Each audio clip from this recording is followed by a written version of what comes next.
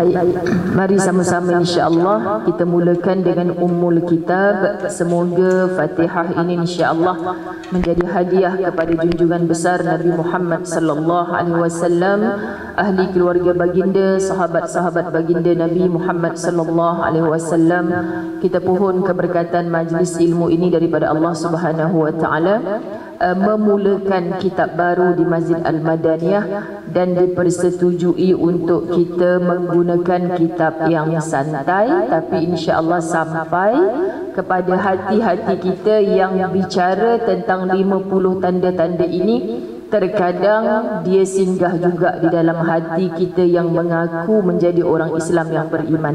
Wa na'udzubillah min zalik. Jadi tujuan kita belajar 50 tanda orang munafik bukan untuk menjadi si munafik itu, bukan untuk dihadiri oleh si munafik itu, tapi kita ibarat ada benteng, ada perisai, ada kaedah, ada cara untuk hindarkan sifat-sifat munafik itu sampai kepada diri kita, untuk hindarkan orang-orang munafik pula yang berada di sekeliling kita. Itu niatkan begitu.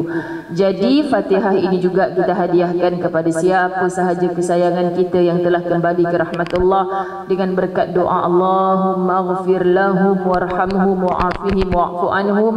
Moga Allah ampunkan dosa-dosa mereka dan berhimpun semula kita dengan mereka di dalam syurganya Allah Subhanahu wa taala. Al-Fatihah. A'udzu billahi minasy syaithanir rajim. Bismillahirrahmanirrahim. Alhamdulillahi rabbil alamin, arrahmanir rahim, maliki yaumiddin. إياك نعبد وإياك نستعين اهدنا الصراط المستقيم صراط الذين أنعمت عليهم غير المغضوب عليهم ولا الضالين. آمين. Bismillahirrahmanirrahim. Alhamdulillahi rabbil alamin, wassalatu wassalamu ala asyrafil anbiya'i wal mursalin wa ala alihi wa ashabihi ajma'in. Rabbi shrah li sadri wa yassir li amri wahlul 'uqdatam min lisani yafqahu qawli. Rabbi yassir wa la tu'assir ya karim. Rabbi zidni ilma warzuqni fahma. Assalamualaikum warahmatullahi wabarakatuh. Apa khabar semua? Alhamdulillah. Baik, setinggi-tinggi syukur pada Allah Subhanahu wa taala. Izin dan limpah kurnianya kita dapat bersama-sama di rumah Allah bernama Al-Madaniyah. Masya Allah, hampir juga tak jauh mana dengan Masjid Al-Munawwarah, kan? Saya ditugaskan seusai TV Al-Hijrah tadi pada tarikh ini untuk berada di sini. Dan seperti yang dijanjikan pada kuliah sebelum ni, untuk kita menekuni kitab lah pula. Tak adalah kita datang kuliah khas tajuk-tajuk yang tertentu, so macam tidak ada kesinambungan. Namun awal-awal saya minta maaf walaupun berulang kali Kak Syam dah pujuk rayu ustazah semua, sebab janjinya insya-Allah bila datang kita terus kepada sambungan apa yang kita belajar daripada kitab ini. Tapi tak mampu untuk bagi setiap Sabtu ke berapa contoh, setiap Ahad ke berapa contoh, tak mampu sebab kesibukan saya membantu Al-Fawaz Travel untuk lead lah program-program rehlah dan sebagainya. Jadi sahabat-sahabat, masa saya terikat dengan tu. Contohnya November, Disember, Januari, 3 bulan berturut-turut ni saya kena pimpin jemaah umrah saya. Jadi tak bolehlah, tak mampu untuk bagi tarikh yang tepat. Cuma bila sebut je Ustazah Zai di Al-Madaniyah, kita akan buka kitab ni insya-Allah. Jadi berapa topik yang kita dapat juga bergantung pada syarah, pada keadaan semasa. Sebab macam hari ni saya lebih fokus kepada pendahuluan. Macam itulah bersama dengan Ustazah Zai ni, bila dia buka kitab baru dia akan baca pendahuluan sekali. Sebabnya saya penulis buku, saya sangat nak orang tahu apa tujuan saya menghidangkan tajuk buku tersebut ataupun isi kandungan buku tersebut kepada masyarakat. Jadi penulis ada nawaitu dia. Kita kena tahu supaya kita dapat menjiwai. Kita bukan menulis, tapi sahabat-sahabat bila kita tahu apa tujuan dia, apa matlamat dia, maka kita akan sangat menghargai setiap baik tulisan para penulis, para ulama kita ni untuk kita guna pakai dalam kehidupan kita sehari-harian, insya-Allah. Maka mengaji ala-ala nak kata mokcik-mokcik marah pula kan sahabat-sahabat dirahmati Allah. Mengaji kelas dewasa ni bukan ustazah nak tanya soalan, bukan ada exam tertentu di hujung tahun, tak ada, tapi nak menjiwai kan, biar kita belajar tak banyak tapi kita dapat masuk dalam minda kita, hati kita dapat satu. Kata Imam Syafi'i rahimahullah, terus amal satu. Makna diiktiraf sebagai ilmu oleh Imam Asy-Syafi'i apabila kita ambil satu ilmu, dapat satu ilmu dan kita terus praktik, tidak dikira dan dinilai sebagai ilmu oleh Imam Asy-Syafi'i rahimahullah, yang insya-Allah namanya akan disebut sampai kiamat. Hebat manusia ni kerana gurunya saja lebih 1000 orang, dan bila dia berguru dia tak pernah tak beramal dengan ilmunya. Jadi kita tepuk dada tanya iman, jauh ni beza dengan kita. So kita kata aku dah tulis status baik banyak ribu kali dah dalam Facebook, tapi orang tak mention pun nama kita kadang kan. Imam Syafi'i rahimahullah sampai kiamat namanya disebut, rupanya kerana keberkatan ilmu tu dia belajar terus dia buat. Jadi sahabat-sahabat dirahmati Allah, dalam pendahuluan kitab ini cumanya hari ni saya terlupa bawa kitab saya kan, sebab hari ni saya ada 6 kelas yang saya aturkan sahabat-sahabat dirahmati Allah.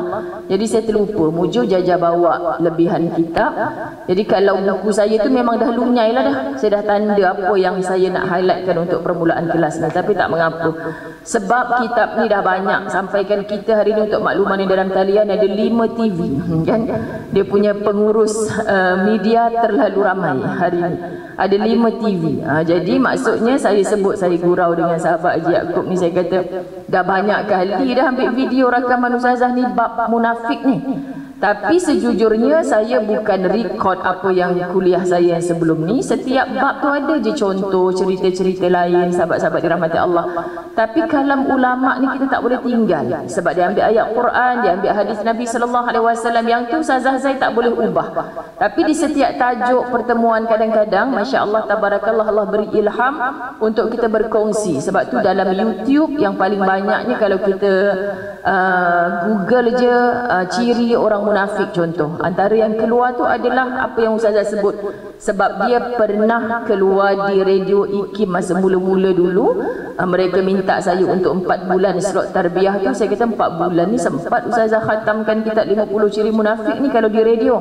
Tapi sekali jumpa saya himpunkan 4 ke 5 tajuk. Cuma bila di masjid dia lebih detail lagi, maka biasanya hanya dapat 1 ke 2 tajuk, maksimum pun dapat 3 tajuk. Dia walaupun kitab ni nipis, makan tahun jugalah nak habis. Okay, lebih-lebih lagi tak tetap minggu ke berapa Ustazah boleh datang. Tak apa, yang penting kita start engine, bukan stop engine. Kan bila kita dah start, jalan terus. Sampai bila Ustazah nak jalan terus? Sampailah kitab ni tamat atau riwayat kita tamat. Macam itulah sahabat-sahabat, sama ada yang belajar ataupun yang mengajar pasti akan tamat. Tapi jangan kita stop engine bila mana kita dah start. Selagi mana sahabat-sahabat Allah yang beri kita amanah, Allah yang beri kita, Allah yang pilih kita untuk kita mendapat satu ilmu daripada 50 tanda-tanda orang munafik. Are you ready? Itu soalan dia. Kan aku main semangat lagi ni, jangan semangat di pendahuluan saja. Jadi saya baca satu persatu. Allahumma salli ala sayyidina Muhammad. Umat Islam sejak dari zaman Rasulullah sallallahu alaihi wasallam hingga ke hari ini tidak terlepas daripada da'iyah dan propaganda orang-orang munafik.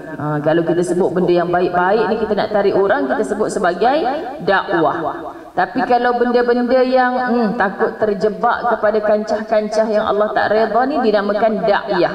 Dan satu propaganda orang munafik. Siapa orang munafik? Yang amat busuk hati. Amat busuk hati. Jadi nak tahu orang munafik ni, dia kena scan hati dia masing-masing. Sebab tu saya kata kitab ni, sahabat-sahabat dirahmati Allah, saya suka bawa di mana-mana dalam kuliah-kuliah muslimat, sebab dia terus je kita boleh scan hati kita sendiri, yang mana siapa yang dimaksudkan busuk hati ni, orang lain tak boleh tahu hati kita. Dia ni tudung pendek rasa hati memang busuk ni. Yang ni tudung labuh rasa memang hati dia sihat, cantik. Tak ada sahabat-sahabat. Kita belajar ni dengan tujuan, Masya Allah, Ustazah Zai selalu mengakui banyak cara membetulkan hati dan nak sangat mati dengan qalbun salim. Apabila kita berada di penghujung nanti, sahabat-sahabat diangkat sebagai orang yang dimatikan Allah dengan husnul khatimah adalah orang yang mampu membersihkan hatinya daripada busuk hati. Sebab tempat jatuhnya pandangan Allah hanyalah hati. Allah tak tengok pada zahir kita bagaimana. Jadi lepas saja daripada Al-Madaniyah ni, saya berlari ke Al-Munawwarah. Mereka beri pula tajuk mencari damai di hati. Jadi ada kena mengenalah sahabat-sahabat dirahmati Allah, walaupun yang itu bukan pengajian berkitab. Jadi orang munafik diklasifikasikan sebagai orang yang amat busuk hati terhadap kebenaran dan kejayaan Islam. Maka kenapa mereka sakit hati? Sebab mereka tak boleh tengok. Yang peliknya dulu-dulu kita tahu, contohnya dalam peperangan Badar. Mengapa mereka sakit hati sangat? Kesan daripada sejarah tersebut, sahabat-sahabat dirahmati Allah, sebab dalam jumlah yang jauh lebih sikit, kecanggihan senjata, teknologi pada ketika itu sangat jauh apa yang orang Islam ada berbanding mereka. Maka mereka ini pelik, macam mana boleh berjaya, macam mana mereka boleh memenangi peperangan, macam mana mereka boleh berada di atas, membina daulah Islamiah dan sebagainya. Jadi kita nak belajar, dan mana yang baik-baik tu kita nak tiru dalam kehidupan kita. Orang munafik sentiasa memusuhi Allah dan Rasulnya serta umat Islam. Jadi orang munafik, antara ciri ni belum masuk ciri pertama lagi, tapi dia memusuhi Allah dan Rasul. Maksudnya dia sebenarnya adalah orang Islam. Si munafik ini sebenarnya mengucap 2 kalimah syahadah juga. Dia tahu apa rukun iman, dia tahu apa rukun Islam, dan dia berada dalam kelompok-kelompok masyarakat Islam dan minta maaf sebut dalam pada kita bersusah payah start kereta, ada yang jalan kaki, duduk dalam majlis ilmu ini. Terkadang keluarnya tak sebagai orang beriman, na'udzubillah min zalik, takut keluarnya sebagai orang munafik tadi. Jadi sahabat-sahabat, sebab tu belajar kitab ini kita tak sempat pun nak tunjuk tuding jari kita. Rasanya sikap yang ketiga tu orang tu punya perangai, sifat yang ke-15 tu orang tu punya perangai. Takkan sempat. Percayalah, itu yang Ustazah Zai rasa. Sebab Ustazah Zai merasakan ini ada di dalam diri aku. Kalau aku tak buang, munafiklah, matilah kita dalam kesesatan itu, na'udzubillah. Jadi tujuan belajar ni, ya Allah, rupanya satu dosa besar. Allah benci, Allah marah, sama macam aku memusuhi Allah dan Rasul kalau aku tak buang sikap ini. Tu ada 50 ciri sahabat yang bila kita belajar, Masya Allah, takutnya. Terima kasih ya Allah, kau pilih aku mengetahui benda ni rupanya amalan orang munafik. Dia juga membenci umat Islam di mana saja sepanjang masa. Kita berjiran dengan orang Islam, patut nak dapat manfaat kebaikan. Tak sedikit di kalangan kita yang saya berjiran dengan orang Islam 30 tahun Ustazah, bermusuh, perangai tak senonoh kadang. Tapi saya berjiran dengan non-Muslim ni lebih baik. Saya pergi holiday mana-mana, dia yang pegangkan kunci rumah saya. Kadang-kadang macam tu kan sahabat-sahabat kita jumpa dalam masyarakat. Jadi jangan salahkan Islamnya itu. Sebab agama Islam adalah agama yang paling benar. Siapa yang letak cop mohor ni? Allah. Innad din indallahil Islam. Kalau Allah kata agama yang paling benar di sisi Allah adalah agama Islam, siapa kita nak menyalahkan Islam itu sendiri? Orang Islam perangai tak betul, nama je Islam. Sahabat-sahabat yang memeluk agama Islam tu siapa? Sikapnya bagaimana? Terkadang nama je Islam, tapi itulah dia orang munafik. Mereka sentiasa mencari jalan untuk menyesatkan, datangkan ragu-ragu, menghancurkan umat Islam dengan berbagai cara supaya sikap, pemikiran dan ideologi mereka agar dapat dijiwai dan diamalkan oleh umat Islam secara sepenuhnya. Sebab tu kadang-kadang dia memang duduk dalam kelompok kita. Zaman Nabi Muhammad sallallahu alaihi wasallam lagi super dahsyat. Kita kata mana ada orang munafik zaman Nabi? Kalau tak Quran tak cerita. Depa boleh duduk bertausiah depan Nabi, saf paling depan sekali. Ni bila ustazah cakap macam ni, nyesal aku duduk depan. Ustazah pandang aku ni kan sahabat. Makna zaman Nabi dulu dia duduk paling depan, macam nampak paling tak sabar nak dengar. Tapi antara ciri mereka yang para sahabat nampak, dia orang yang paling laju tinggalkan majlis ilmu. Kenapa? Sebab dia nak cerita ni meremang bulu roma. Sebab dia orang yang paling laju-laju, tak sabar nak sebarkan dekat kelompok dia pula. Yang mereka tahu mereka ni memusuhi Nabi sallallahu alaihi wasallam. Jadi dia datang ni sebagai tali barut sebenarnya. Kadang-kadang sebab itu Islam ni jatuh bukan kerana orang yang memusuhi Islam, di kalangan orang yang bukan Islam, tetapi orang yang mendakwa dia pun orang Islam juga. Tapi sebab lain-lain, kepalanya lain, warna pilihannya lain, pandangan cara berfikirnya lain. Sahabat-sahabat ni kena sangat kita berhati-hati. Sebab tu peranan ilmu ni sangat besar. Mereka dapat dijiwai dan diamalkan oleh umat Islam secara sepenuhnya. Ini ideologi yang macam mana? Hasil daripada ilmu yang kita pelajari, sehingga menyalahi segala aspek ajaran dan hukum Allah. Kita nak sampai mati kita mengamalkan perkara yang betul di sisi Allah, bukan tergelincir. Sebab kadang-kadang kita rasa kita betul dah. Kena sentiasa ingat, ni di satu pihak lagi ada satu makhluk bernama Iblis yang memang suka tengok orang yang mengaku Islam ni dia tergelincir, akhirnya berada dalam kesesatan. Dan kita tak mati lagi, sahabat-sahabat muslimat dirahmati Allah. Kita nampak kan macam mana ya ustazah, dia pergi masjid tu tapi boleh lari akidah dia macam tu. Ada seorang isteri baru-baru ni, sahabat-sahabat dirahmati Allah, telefon saya nangis-nangis sebab suami dia terjebak dengan ajaran sesat secara dalam talian yang ahlinya beribu-ribu orang. Jadi macam mana nak buat ustazah? Masalah ni dia bukan dekat Malaysia, dia dekat luar negara. Saya kata, oh hebat sungguh ni guru di luar negara. Dalam negara banyak sungguh guru-guru. Sahabat-sahabat dirahmati Allah, dia sebut ni tak betul, tu tak betul. Masalahnya anak dia pula WhatsApp ustazah, dulu ustazah kami tak solat, kecil-kecil ayah yang pimpin kami solat. Anak lakinya kata ayah yang pimpin kami ke masjid. Tapi sekarang apa yang ada dalam minda ayah, dia nak masuk syurga, dia nak jadi umat Nabi sallallahu alaihi wasallam, tapi dia tak solat. Sebab apa yang dia belajar tu, dia kata dengan solat tu belum tentu lagi ke syurga. Jadi anak-anak ni dulu yang tak tahu sembahyang diajar oleh ayah ni sangat sedih lah. Saya tak nak ayah saya masuk neraka, ayah yang ajar kami sekeluarga solat. Tapi macam mana? Inilah sebab Allah yang maha membolak-balikkan hati. Sahabat-sahabat, perkara ini berlaku. Kadang-kadang paling kita takut dalam rumah kita sendiri. Wa na'udzubillah min zalik. Okay, jadi sebab itu jangan salah faham tujuan kita belajar isi kitab seperti ini. Aku tak nak jadi si munafik tu ya Allah. Aku tak nak didekati oleh orang munafik tu, susah hidup aku. Tak payah jauh sahabat, nanti kita akan belajar bab dengki. Kan orang yang hasad ni dalam kitab ni, kalau dia datang dalam hidup kita, dia takkan boleh tengok kita naik. Dia nampak je kita nak naik, dia tarik bagi jatuh. Nampak kita naik, tarik bagi jatuh. Macam-macam cara. Jadi jangan ada dekat. So kalau kita tak nak orang macam ni dekat dalam hidup kita, kita jangan ada ciri tersebut. Barulah kita faham apa tujuan kita belajar kitab ini. Tapi kalau nanti yang tak datang hari ni, tiba-tiba kita dah sampai ciri ke-18. Sebab tajuk ni bila kita baca bunyi negatif je semua kan. Makna dia suruh putuskan silaturahim. Ada antara dalam bab tu dia suruh sebarkan keburukan, simpan sembunyikan kebaikan. Kan pelik. Jadi kita baca tajuk, sesat ustazah ni. Jadi setiap kali kuliah saya akan bagi tahu, kita belajar ni bukan nak jadi orang munafik itu.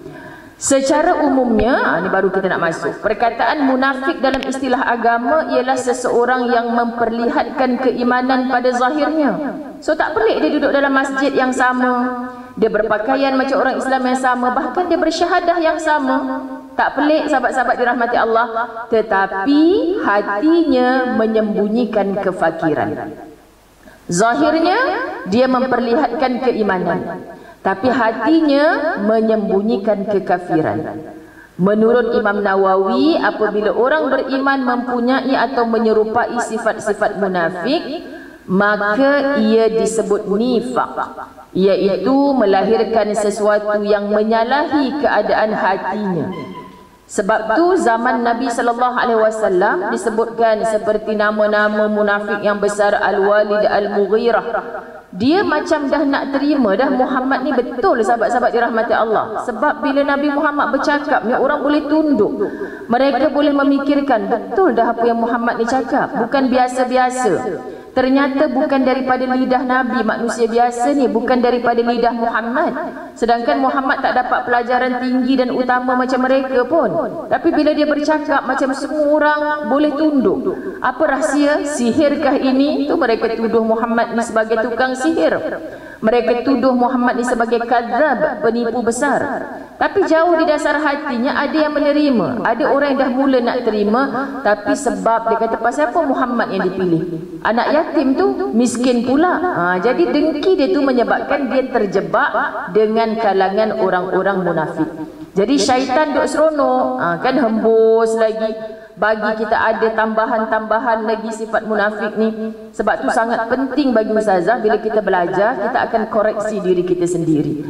Justru itu jika seseorang Muslim, kita lah orang Muslim tu yang mempunyai sifat nifaq, semoga bukan kita, sedangkan ia tidak menyedarinya, kita tak sedar pun kita ada sifat munafik itu, maka kemungkinan berlakulah percampuran antara kekafiran dan keimanan di dalam hati dan jiwanya jika tidak diiringi dengan penyesalan dan memohon keampunan Allah. Ya Rabb.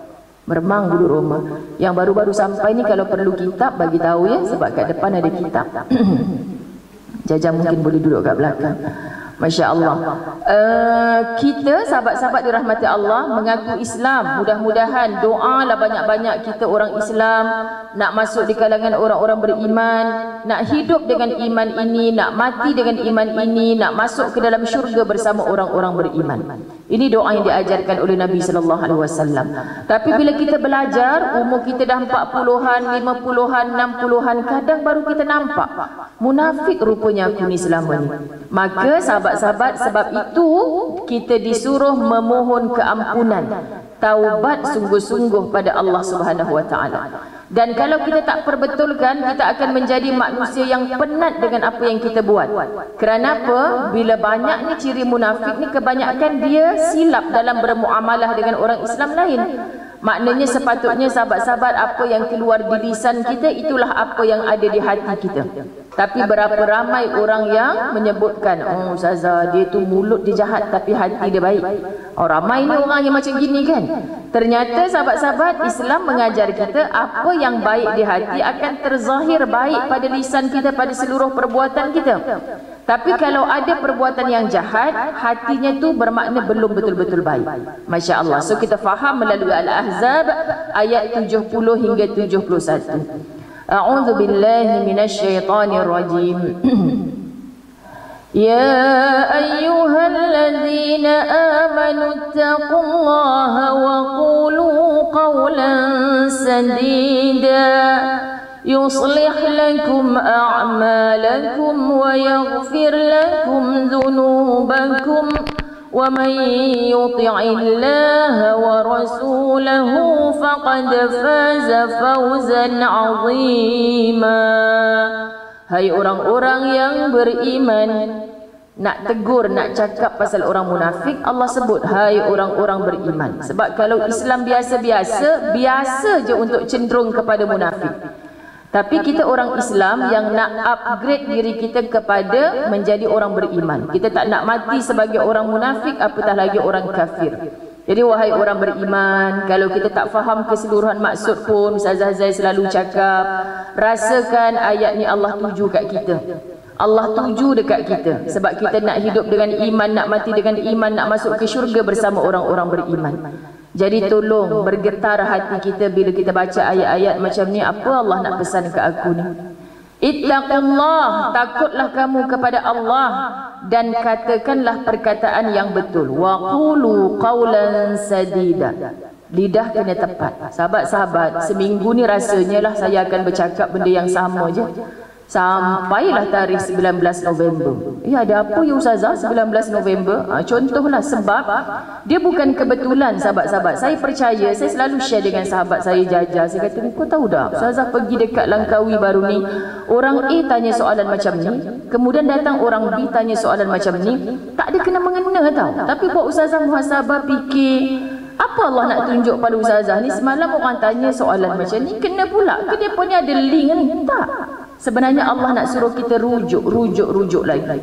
Maksud Ustazah, contoh dalam perjalanan rehlah saya 25 Oktober sampai 28 Oktober, bermula 25 Oktober tu kami 200 orang berkumpul di atas puncak Menara Al-Usta, daurah kitab 40 hadis jalan ke syurga. Dalam salah satu hadis yang Nabi bagi tahu kita buat ni masuk syurga, kita buat ni masuk syurga, ada satu hadis yang Nabi bagi tahu, jangan terlibat dengan tipu dan suka kepada pertengkaran. Jadi sahabat-sahabat, kita nak masuk syurga, Nabi bagi tahu kita lidah ni jangan menipu. Yang kedua, jangan terlibat dengan pertengkaran. Jadi kaitan selepas tu, Masya Allah, orang tanya, Ustazah saya rasa dianiaya, saya rasa ditipu, contoh. Macam mana kita nak bagi tahu aku ni nak syurga ni? Nabi bagi tahu lidah jangan menipu. So maksud saya sahabat-sahabat, tak ada apa-apa makna kecuali wallahi sebagai orang beriman tolong yakin. Matlamat kita, puncak kejayaan sebenar apabila kita dimasukkan dalam syurga. Hari ini kita berada di tahta utama nombor 1, apapun kita belum berjaya selagi kita belum dimasukkan dalam syurga. Jadi kalau kita dalam musim-musim begini adalah orang yang bakal diundi, tolong jangan guna lidah dengan menipu. Noktah. Faham ya? Jangan menipu. Sebab kamu tak akan syurga. Yes, aku dapat kedudukan tu, tapi kalau kamu menipu, akhirnya kejayaan kamu bukan di syurga. Kesian. Itu orang yang bakal diundi. Confirm lah bukan kita, walaupun saya cadun PM selamanya. Puan Muzayyana, kan? Jangan marah sahabat-sahabat dirahmati Allah. Betul Ustazah bertanding, kan? Subhanallah. Saya seronok sebab apa, suami saya lah paling bahagia sekali bila parlimen bubar, kan? Sahabat-sahabat dirahmati Allah yang abang rasa berdosa macam mana ni? Kenapa? Resah sungguh dia. Sebab kita nak bawa 40 hundi keluar daripada negara kita ni, nak buat umrah. Allah Tuhan, tanggungjawab ni kita. So dia rasa bersalah. Sebab masa tu tak dapat tarikh lagi, kan? Tiba-tiba dah dapat tarikh 19. Alhamdulillah ya abang, dia lebih-lebih pula macam awak pula nak bertanding. Tak, sebab kita rasa macam okey, semua jemaah kita ni nanti sempat balik 14 November, tarikh nak menentukannya 19 November. Sahabat-sahabat dirahmati Allah, biarlah depa balik kampung masing-masing, depa nak pangkah apa, yang penting abang tak rasa bersalah ni bawa lari 40 orang daripada Malaysia. Tu maksud dia, faham sahabat-sahabat dirahmati Allah? Jadi okey, faham. Sebab kita tahu sahabat-sahabat ini pun juga ada dalam agama. Jadi jangan menipu wahai kamu yang nak merayu undi. Tu je. Dia ikutlah salah seorangnya suami kita, balik ni kita pesan-pesan lah. Yang kedua, kita yang nak mengundi, tolong jangan terlibat dengan pertengkaran. So pertengkaran ni kadang balik kampung, besok hari ni hari Minggu ni balik kampung, gaduh dengan ipar semata-mata hal ni, hal bakal 19 November ni. Kan pelik sahabat-sahabat. Kan ada orang datang nak pergi masjid dah, sebab masjid tu color yang aku takkan sokong, contoh kapet dia. Pelik dah sahabat-sahabat, bertengkar. Dah apa kes kita ni sahabat-sahabat dirahmati Allah. Jadi nak ceritanya, apa yang Nabi pesan kat kita tu sikit pun tak ada kecenderungan politik, nak pangkah tu pangkah ni, tak ada. Tapi bawa kita berfikir, kalau mu menipu, jauhlah kamu daripada syurga. Kalau kamu yang nak memilih ni sibuk dengan pertengkaran, maka Nabi dah ajar kita dalam banyak tempat, tolong kalau kita tak mampu untuk mengharmonikan, mendamaikan, pilihlah untuk diam. Betul kan? Aku nak cakap juga ni sebenarnya ni, tapi kenapa kita diam? Sebab kita tak nak terlibat dengan pertengkaran. Balik kampung orang tanya 19 November apa? Undi adalah rahsia. Senyap dah lah sahabat-sahabat dirahmati Allah. Kenapa pula kita nak tahu orang ni pantang kita usik sikit, jangan dijolok sarang tebuan.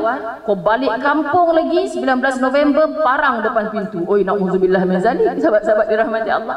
Sebab tu TV Al-Hijrah pun tadi sibuk. Ustazah nak tanya ni, 19 November Ustazah patut bersiaran, Ustazah ada tak kat sini? 20 November Ahad kan? Adalah, kenapa? Kok lah Ustazah balik kampung, Ustazah ngundi kat keramat nak balik kampung, apa ke bendanya?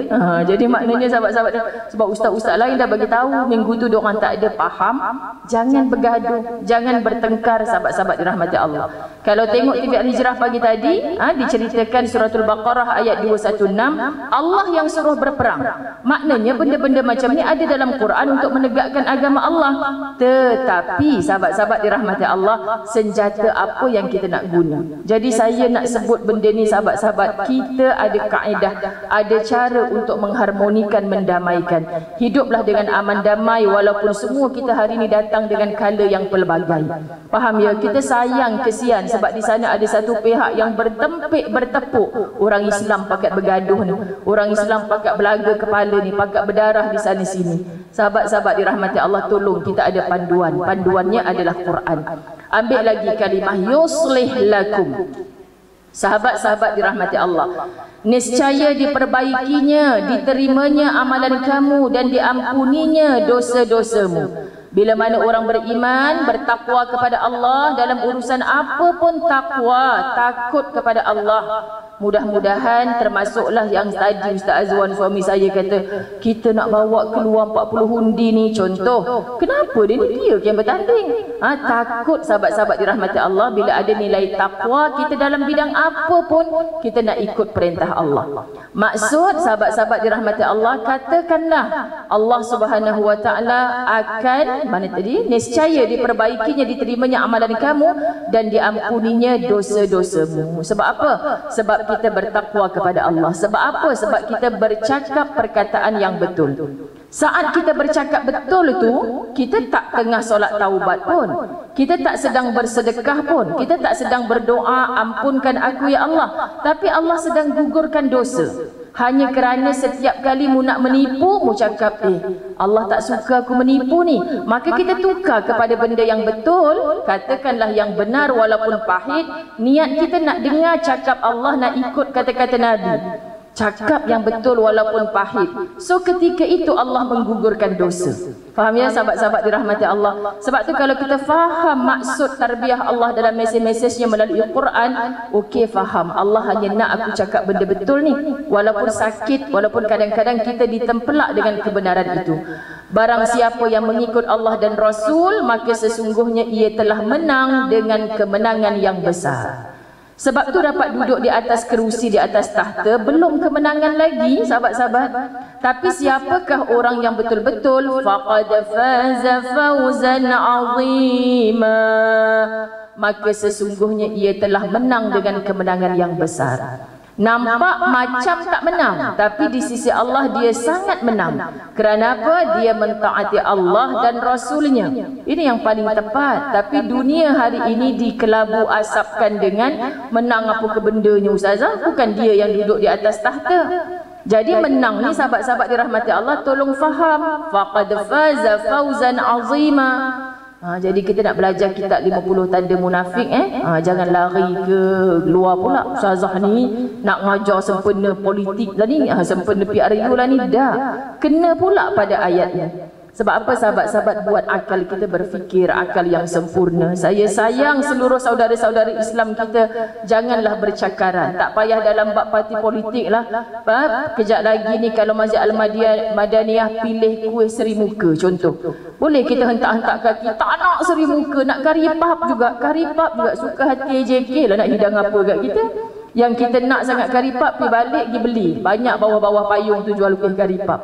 Kita selamanya takkan boleh pusing kepala orang untuk sama dengan kita. Tak mungkin sahabat-sahabat.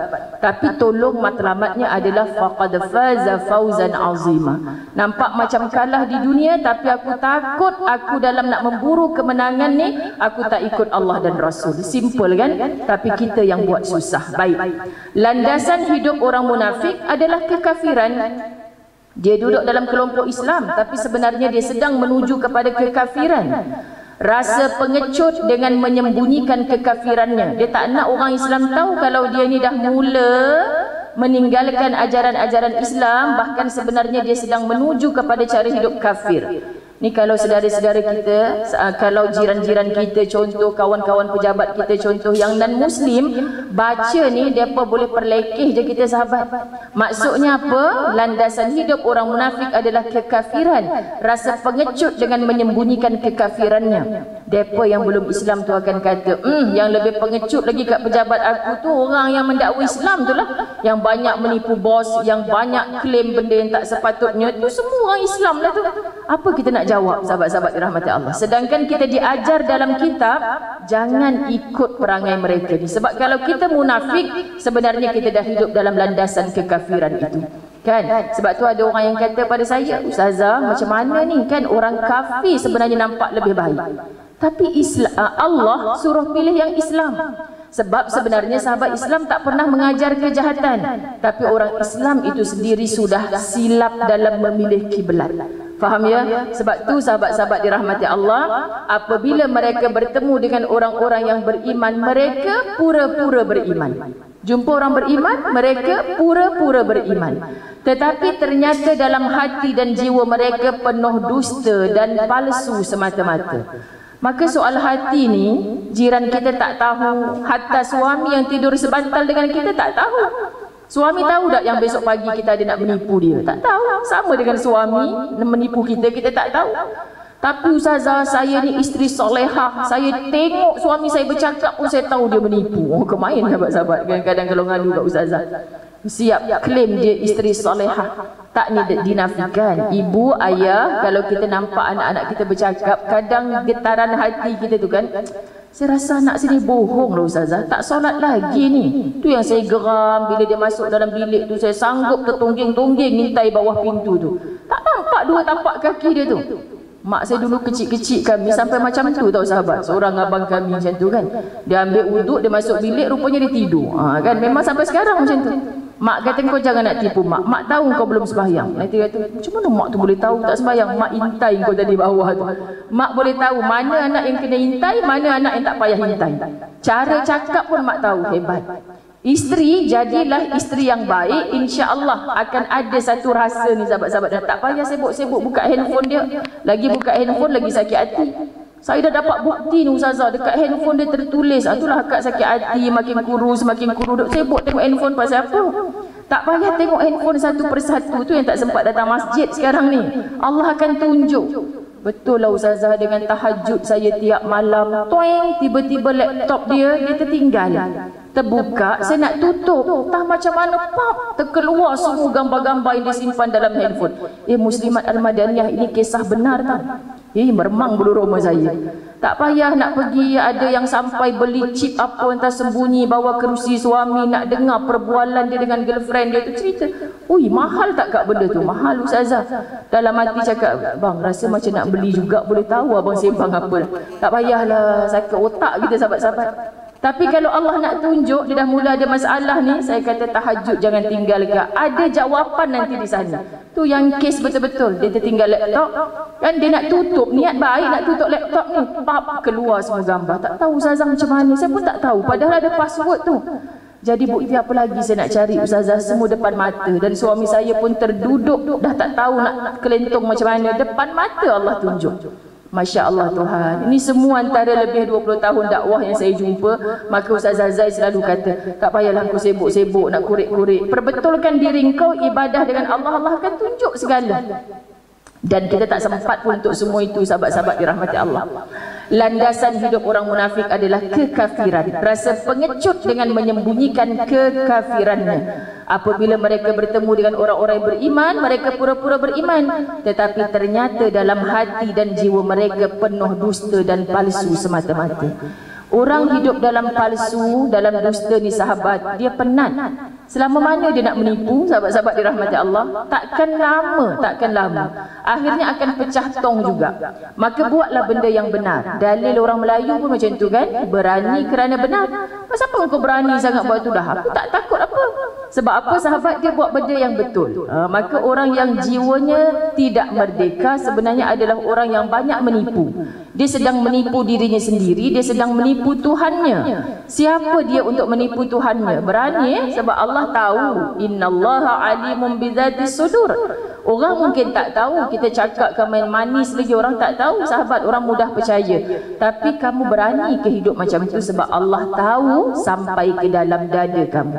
Itu dalil yang saya baca tadi.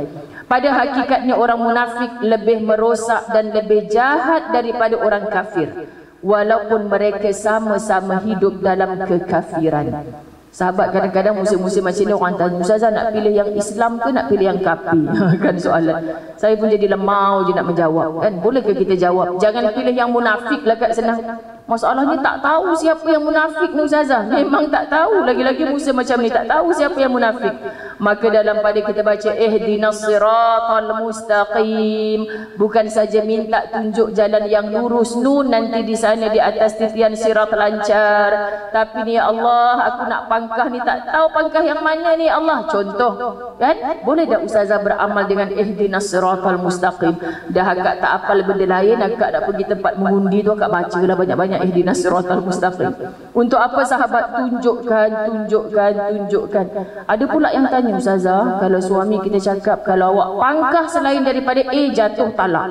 Ada sampai macam tu, pelik-pelik sungguh. Jadi akak buat je lah ihdinas siratal mustaqim. Toeng, tiba-tiba masa nak pangkah tu terkelain pula. Akak macam hilang ingatan sekejap kan. Allah boleh buat sahabat-sahabat tanpa niat kan, tiba-tiba toeng terpangkah yang lain. Jadi sahabat-sahabat, kita jangan beratkan sangat kepala kita lah kan dengan perkara-perkara macam ni. Allah sebenarnya yang memilih untuk kita buat pilihan. Faham ya? Dengan siapa? Dengan orang yang betul-betul menyerahkan hidupnya kepada Allah. Ada orang stres ke Ustazah bagi kuliah macam ni? Ustazah ni pasal apa ni kan? Saya tak tahulah sahabat-sahabat dirahmati Allah, sebab kita tak boleh lari. Kita hidup pada saat ini, kita hidup pada musim begini. Saya kesian kalau orang bergaduh semata-mata sebab nak pilihan raya. Saya kesian kalau jiran bermasam muka semata-mata nak pilihan raya. Hidup ni sebenarnya hari-hari adalah hari raya kan? Kita raya je lah kan, kita jumpa jiran kita, kita bahagia, kita jumpa adik-beradik kita bahagia. Tapi dekat pilihan raya orang ramai bergaduh. Pelik, orang sampai tutup gerai, tutup kedai. Pelik sahabat-sahabat. Hatta orang meniaga kecil-kecilan dibakar kedai dia. Pasal apa bakar? Sebab dia letak bendera berkibar-kibar. Sakit mata saya Ustazah, bakar lagi bagus. Ya Allah, pelik sungguh. Apalah ya Allah Tuhan kan, saya kelakar sungguh orang macam ni. Minta maaf sahabat, kena sebut juga. Semoga bukan kita. Orang munafik amat licik dan dapat menipu dan menyesatkan orang-orang beriman. Dapat menyesatkan orang-orang beriman. Mereka mempunyai ideologi dan matlamat yang tersendiri untuk memperdayakan umat Islam agar menyimpang dari segala kebenaran. Ni sikap orang-orang munafik. Sebab tu mereka boleh buat sampai ke tahap zaman Nabi SAW, sahabat-sahabat dirahmati Allah, kan tak ada lampu macam kita sekarang ni. Jadi zuhur, asar, mereka sembahyang betul-betul belakang Nabi. Sebab amalan dia tu untuk Nabi tengok. Nabi tahu ni aku duduk sekelompok dengan Nabi. Tapi bila isyak dengan subuh, mereka tak ada. Kalau kopi pun bukan Muhammad nampak. Kan sahabat-sahabat rahmati Allah. Maknanya dia buat tu untuk diangkat, dijulang, dipuji oleh manusia. Hari ni tak wujud lagi macam tu. Sebab Pak Imam duk pakat buka lampu. Mana orang tu tak nampak muka kan? Memang tahu dah. Tapi hatinya siapa yang tahu? Allah. Ni yang kita belajar kitab ni bagi saya sangat indah. Kita tak sempat nak tuding tu munafik, tu munafik. Tak sempat. Sila hari bulan jari tu tunjuk diri sendiri. Allah Tuhan, munafik aku ni, macam mana aku nak mati kalau aku ada sikap macam ni? Ini indah sahabat. Rasa ni akan mendorong kita untuk perbetulkan diri sendiri. Untuk mengenal tanda-tanda orang munafik dapat diketahui daripada keterangan Quran dan Sunnah, dan bukannya daripada hasil penilaian atau ditentukan oleh pemikiran akal manusia. Sebab tu kita tak boleh mengklasifikasikan orang melalui pakaiannya. Kan sahabat-sahabat dirahmati Allah, nak cakap macam ni pun bahaya juga sebab live ni. Sebab apa? Sebab ada orang pagi tadi punya TV Al-Hijrah dalam tadabbur ayat, DJ pula apa, pengacara Farah tu kata kan, sahabat-sahabat, orang kan selalu sebut kebetulan, kalau, seandainya kan, macam-macam. Jadi ada orang yang dah kalau Allah pilih aku jadi ahli neraka, dah memang neraka lah tempat aku, buat apa aku jadi orang baik lagi? Pelik sungguh sahabat tu. Sebab kena mengaji kan, tak payah sibuk-sibuk nak suruh saya pakai tudung. Allah dah takdirkan saya jadi manusia tak pakai tudung, nak buat macam mana lagi? Allah kesian. Kena banyak mengaji. Yang dah berlaku itu takdir. Dia berlaku atas apa sahabat-sahabat? Atas usaha kita. Sebab apa kita jadi macam tu? Dan kau memang main tepi longkang, memang tak pelik lah kalau kau jatuh dalam longkang. Jadi mak ayah bising, jangan main tepi longkang. Kan sebab mak ayah ni dah banyak pengalaman. So Quran datang, jangan buat begini, nanti kau akan dihumban ke neraka. Tapi kenapa nafsu kita ni suka ikut jalan-jalan ke neraka? Sebab modalnya tak tinggi mana. Kan bila kita ikut jalan-jalan yang dicintai nafsu, katanya para ulama itulah yang memudahkan kita untuk ke neraka. Jadi bila kita terjebak kepada perkara yang disukai oleh nafsu, sahabat-sahabat, cepat-cepat patah balik kepada kita nak buat sesuatu yang disukai oleh Allah dan Rasul. Boleh dapat ke Ustazah? Boleh dengan ilmu. Sebab akal kita masih berfungsi. Sahabat-sahabat, akal kita masih berfungsi. Masya Allah, saya sekarang diuji kan. Bapak saya dah semakin uzur, semakin lemah. Apa yang saya sebut dengan adik-beradik saya? Bapak dah kembali kepada kanak-kanak. Subhanallah, katilnya tu kita tukar. Dulu mak saya kena stroke, saya pun belilah katil macam hospital tu.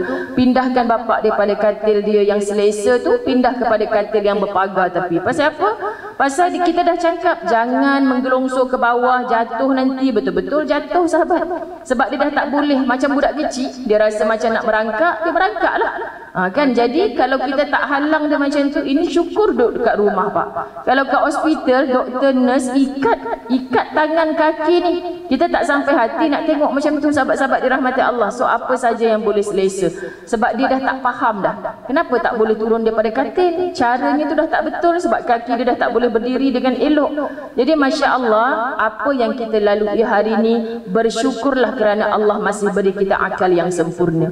Bila akal dah tak sempurna, sahabat-sahabat dirahmati Allah, kita tak boleh bertindak seperti mana yang Allah perintahkan kepada kita. Maka pemikiran akal manusia yang mungkin sebahagian daripada tanda-tanda itu nampak dalam pergaulan atau akhlaknya. Dalam Al-Quran Allah menyebut kalimah an-nifaq, kalimah munafik ini sebanyak 37 kali dalam berbagai surah. So ulama sebut bila banyak kali Allah sebut benda ni benda yang kita perlu bagi perhatian. Ramai di kalangan orang Islam yang akhirnya mati sebagai munafik. Na'udzubillah min zalik. Oleh itu kaum muslimin hendaklah sentiasa berhati-hati dan waspada menghadapi mereka, menghadapi golongan munafik ini, serta berusaha menyingkirkan segala macam tipu daya mereka yang merosakkan martabat dan sahsiah umat Islam. Allahu Akbar. Cukup sahabat-sahabat saya baca setakat itu. Nanti di rumah tolong baca lagi sampai ke akhir pendahuluan. Sebab apa yang saya nak baca akan datang ni ada dalam buku 50 tanda-tanda orang munafik yang pertama. Baru masuk pelajaran kita hari ni, ketika kita lagi 5 minit je masa nak habis. Macam itulah mengaji dengan Ustazah Zai. Sebab pendahuluan dia sangat penting. Tapi lepas ni Ustazah tak baca dah pendahuluan tu. Okay? Jadi siapa-siapa yang datang, pelik ni Ustazah ni ngajar nak jadi orang munafik pula. Kita jadi duta untuk membetulkan kepada mereka. Bila dah kenal ni mudah sahabat-sahabat. Kebanyakan kita ni mengaku kenal tapi tak lahir rasa cinta. Sebab sebenarnya kita tak betul-betul kenal. Rabiul Awal berakhir kan, sahabat-sahabat dirahmati Allah berakhir. Adakah berakhir cinta kita kepada Muhammad sallallahu alaihi wasallam? Tidak. Berulang saban tahun. Kalau mulai tahun ni maulid tu hampir setiap hari, di mana-mana kita dengar. Perlu ke Ustazah? Saya nak kata tak perlu pun memang perlu kak. Kenapa saya kata perlu sahabat-sahabat? Sebab di dalamnya ada qasidah, di dalamnya ada tausiah sirah tentang Rasul. Kalau tak majlis macam ni kat mana pula kita nak dengar? Sedangkan dakwah dalam handphone kita ni hari-hari. Idola itu, artis ini, luar negara, dalam negara, anak-anak kita, wah bestnya. Cuba kita selitkan, share link-link sirah tentang Rasul. Kita ada hero yang lebih hebat sayang, cubalah baca supaya mereka kenal. Itu sebab Allah Muhammad dah mati, buat apa nak dengar cerita pasal dia? Mat Kilau tu mati, hang pada ikut je. Contoh macam itulah sahabat. Jadi nak ceritanya kita kadang-kadang tak rasa cinta, sebab tu tak rasa nak ikut. Tapi bila cerita pasal satu-satu kan nak ceritanya, semua pakai tanjak, semua belajar bersilat. Macam hidup balik orang tu. Sebenarnya kita nak mencintai Nabi sampai ke tahap itu. Agak-agak boleh tak sahabat-sahabat? Okey, aku nak buat benda ni. Nabi suka macam mana? Cari rujuk. Kalau kita ada rasa sampai tahap tu, ni tadi ni aku ni nak menipu ni, nak bertengkar ni, tapi Nabi tak suka. Kan kita jadi anak, kalau saya lah, saya tak tahu orang lain, kan kita buat apa pun, ish mak aku tak bagi, aku tak nak ikut engkau doh. Budak-budak macam tu cakap kan, tak nak ikut engkau doh. Siapalah jadi doh pula, pasal mak aku tak bagi, kalau mak aku tahu mati aku macam tu kan bahasa dia. Maknanya dia takut mak ayah dia marah. Kita takut Nabi tak bawa kita melangkah masuk dalam syurga. Nabi tak suka aku menipu ni, Nabi tak suka ni aku bertengkar dengan orang ni, walaupun ada kekuatan nak bertengkar. No, Nabi tak suka. Sampai tahap macam ni lah sepatutnya rasa cinta itu. Tapi kita belum, sahabat. Kita sebut selawat pada Nabi, kita cinta pada Nabi, tapi yang Nabi tak buat tu kita tetap buat. Jadi salah siapa? Adakah kita dalam neraka? Na'udzubillah min zalik. Salah Allah lah ni. Sedangkan Quran cerita nanti orang-orang yang dihumban dalam neraka akan datang satu makhluk bertanya, "Hei, pasal apa hang duduk dalam ni? Tak ada siapa ke bagi peringatan kat hang?" Orang neraka cakap, "Ada, tapi aku yang tak mau ikut." Faham sahabat-sahabat? Maknanya ada, kita je yang tak nak dengar. Kita je yang tak betul-betul cinta. Maka ciri munafik yang pertama, jom kita buang jauh-jauh dari diri kita. Malas beribadah kepada Allah Subhanahu wa taala. Masya-Allah. Hari ini kita mula dengan pendahuluan, kita tutup dengan topik yang pertama daripada kitab ini. Jadi kalau kita baca tajuk sahaja memang orang marahlah, malas beribadah kepada Allah. Kita patut nak suruh orang rajin. Saya ingat lagi di Masjid Abdullah Fahim, cantik dekat Penang, sahabat-sahabat dipanggil ceramah jauh sebelum musim Covid dulu. Tajuk apa entah saya tak ingat saya bagi tu, tapi ada seorang lepas kuliah ni dia angkat tangan, "Ustazah, saya nak tanya satu soalan, macam mana cara nak buang malas?" Lama aku nak jawab apa ni? Kan kadang-kadang kita, macam mana cara nak buang malas? Saya kata tak ada ubat, suplemen, carilah kat farmasi, jumpalah doktor yang paling boleh buang penyakit malas ni, kecuali sila rajinkan diri. Kan dia kata, "Oh, aku tahulah tu rajin, tapi macam mana nak rajinkan diri?" Masya Allah, sahabat-sahabat dirahmati Allah, sikap. Masya Allah, sikap ni kita tak tahu nak ubah macam mana dah. Macam mana Ustazah nak ubah diri? Allah takkan ubah sesuatu kaum tanpa kita mengubah diri kita sendiri. So sahabat-sahabat, letaklah macam-macam mana pun. Orang yang merokok contoh kan, berapa banyak jantung terbakar kat luar tu, sedap dia beli kan. "Bang, gambar apa ni?" "Gambar jantung." "Jantung apa bang?" "Terbakar." "Kalau ni jantung abang?" "Tak, ni jantung orang lain, jantung abang okey lagi."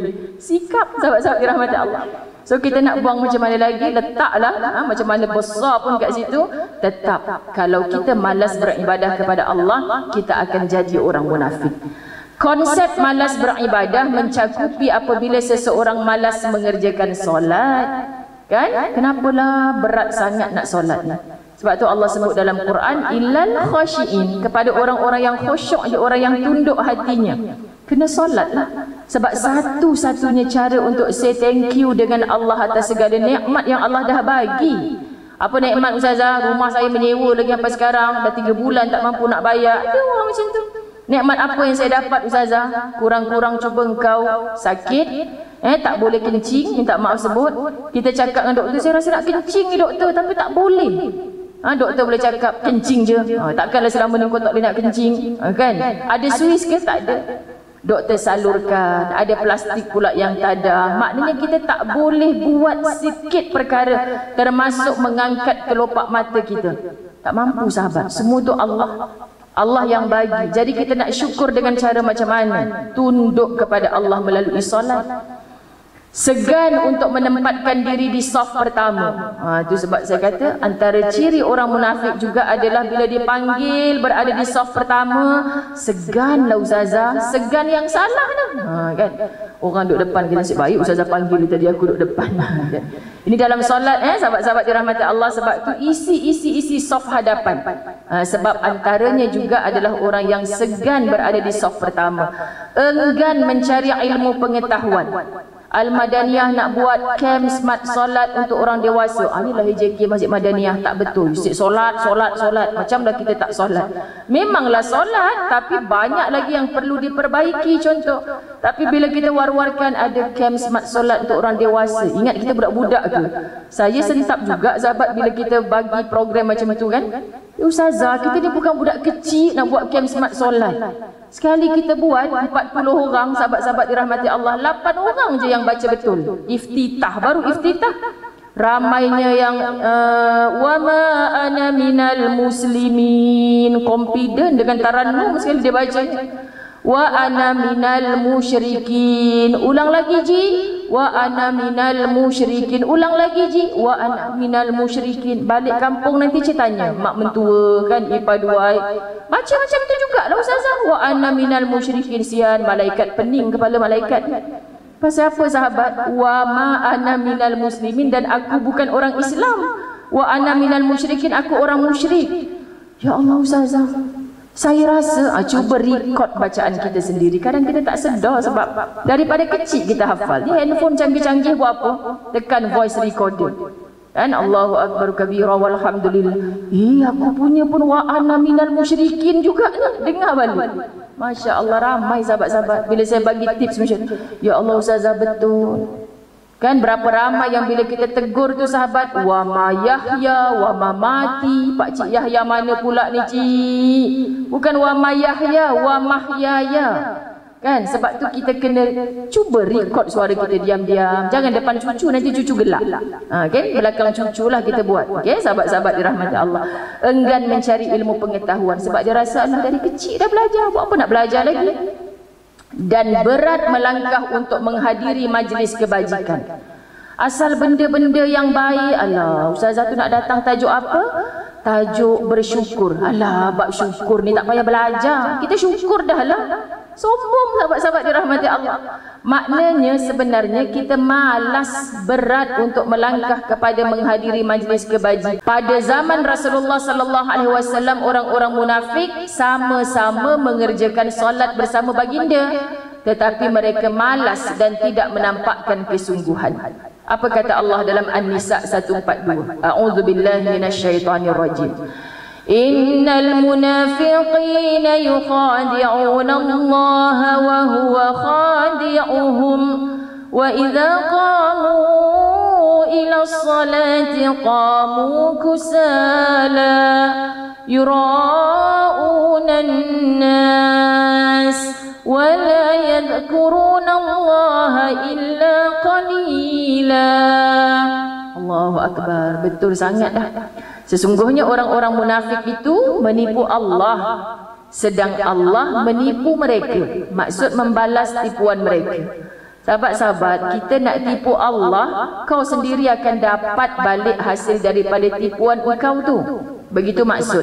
Apabila mereka berdiri hendak solat, mereka berdiri dengan malas. Itu kalau kita nampak cucu kita syoknya ustazah hantar sekolah tadika Islam tu sebab 4 tahun dah hafal semua bacaan solat. Sukalah saya ustazah, alhamdulillah. Tapi dia sembahyang berdiri kaki sebelah. Kita lalu dekat belakang, jentik je belakang lutut dia sahabat. Nangis dia kan. Percayalah sampai ketua dia ingat, dulu nenek aku garang, aku sembahyang sebelah kaki, dia jentik belakang kaki. Kan sahabat-sahabat, sebab kita tak boleh malas-malas tengah sembahyang, kena berdiri tegak. Kalau duduk depan agung sambil garuk-garuk kepala berdiri sebelah kaki, memang kena reject lah kita. Cerita benda yang logik. Sahabat-sahabat dirahmati Allah, sebab itu umur dia, kita bagi dalil apa pun dia tak boleh terima lagi. Tapi dengan atuk dia bacakan ayatnya. Kan kalau atuk dia jentik belakang kaki, ku ceraikan kau talak 3, jenuh pula kita sahabat-sahabat. Bacakan ayatnya. Apabila mereka berdiri hendak solat, mereka berdiri dengan malas serta riak terhadap manusia, dan mereka tiada mengingati Allah melainkan hanya sedikit, illa qalila. Kenapa nak sembahyang? Orang semua dah tua-tua pergi sembahyang, dah pencen ni takkanlah tak nak sembahyang. Maka sembahyangnya masih lagi macam zaman dulu, bacaannya tak diperbetulkan, rukun qauli, fi'li, qalbi tak diperbetulkan. So kita kena sentiasa perbetulkan supaya kita tak termasuk di kalangan kusala, orang yang malas dalam mendirikan solat. Asal sembahyang sudah, tu sampai ketua tak dapat khusyuk solat tu, maka kita kena perbaiki solat kita. Orang munafik jika datang ke masjid, dia akan memilih saf yang paling akhir. Aduh, terasa sungguh ni sahabat-sahabat dirahmati Allah. Orang munafik datang ke masjid, dia akan memilih saf yang paling akhir. Bahaya juga nak baca kitab ni. Sagi malam kita pergi sembahyang maghrib kat rumah, hey munafik mai depan. Habis putuslah hubungan silaturahim kita kan. Dia ni ustazah sejak belajar kitab ni semua orang dia jadi munafik. Kan. Yang depan-depan ni je beriman, belakang semua dia panggilnya munafik. Bukan maksud ustazah Zai macam tu. Sendiri kita ingat di hati. Siapa aku malas sangat nak duduk soft depan, padahal orang dah panggil dah ni. Kan aku tak nak tergolong di kalangan orang munafik tu.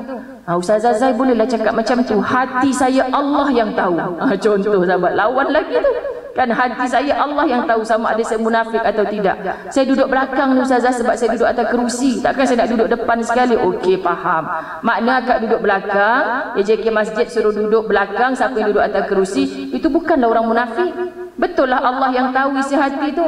Akak duduk belakang pasal apa? Cuba jujur. Pasal ada kipas ustazah, depan tak ada kipas. Itu pun lain macam juga sahabat-sahabat. Jadi maknanya kita yang kenal diri kita. Duduk saf yang paling akhir sehingga tidak mengetahui apa yang dibaca oleh imam. Zaman dulu duduk belakang tak dengarlah imam baca sebab mikrofonnya tak ada. Jadi maksud Allah tahu apa tujuan kita duduk belakang tadi. Ada orang ustazah masjid ni tak ada tirai sebab tu saya tak nak duduk depan. Saya kalau orang depan ni toleh belakang ternampak hidung mancung saya ni lupa bini terus ustazah. Okey faham. Akak duduk belakang. Akak duduk belakang, orang macam ni duduk belakang, jangan duduk depan. Faham ya sahabat-sahabat dirahmati Allah, sebab niat dia tu. Jadi jangan mudah-mudah kita mengaji ni asal nampak orang duduk soft belakang munafik, jangan. Kan semua orang cari ustazah Zai terus potong tauliah terus kan. Maka sahabat-sahabat dirahmati Allah, sehingga tidak mengetahui apa yang dibaca oleh imam dalam solat dan tidak menghayati pengajarannya. Masya Allah. Kalau kita baca tidak menghayati pengajarannya, tak kira soft depan, tengah, belakang, meremang bulu roma ni sahabat. Sebenarnya semua munafik sebab kita tak cuba nak faham apa yang Allah sebut dalam Quran melalui bacaan imam. Faham ya? Sebab tu bila kita makin mengaji, makin terasa jahilnya diri. Bukan mudah-mudah nak tuduh orang tu munafik, orang ni munafik. Ustazah, hari tu kita belajar duduk soft belakang tu munafik kan kak? Kita tak tahu niat dia apa. Kan Masya Allah, tabarakallah sahabat-sahabat. Akhirnya balik kepada niat. Tapi orang yang mengaji sahabat-sahabat dirahmati Allah untuk menghindar diri daripada fitnah, okey, maka dia tak naklah biarkan soft depan ni kosong, biar aku yang mendahului duduk ke depan. Jadi hidup ni harmoni bila kita faham. Yang jadi tak harmoni sebab kita tak faham. Terutamanya kita macam-macam pandangan. Faham Kalau dalam bab soft solat orang perempuan ni sampai sekarang masih lagi gaduh. Ustazah, saya tengok kat YouTube yang duduk depan bukan orang perempuan dewasa kan sepatutnya, kanak-kanak kecil, barulah orang perempuan dewasa. Betul kak? Tapi kita kat sini semua budak-budak kena duduk belakang. Macam mana? Kan perbahasan dia panjang tu kak. Kita sekarang ni ada tirai. Tirai kita tak menghalang orang depan ni, imam ni baca, kita tetap dengar. Bahkan bayang-bayang tu kita nampak dia perokok, dia sujud, kita nampak.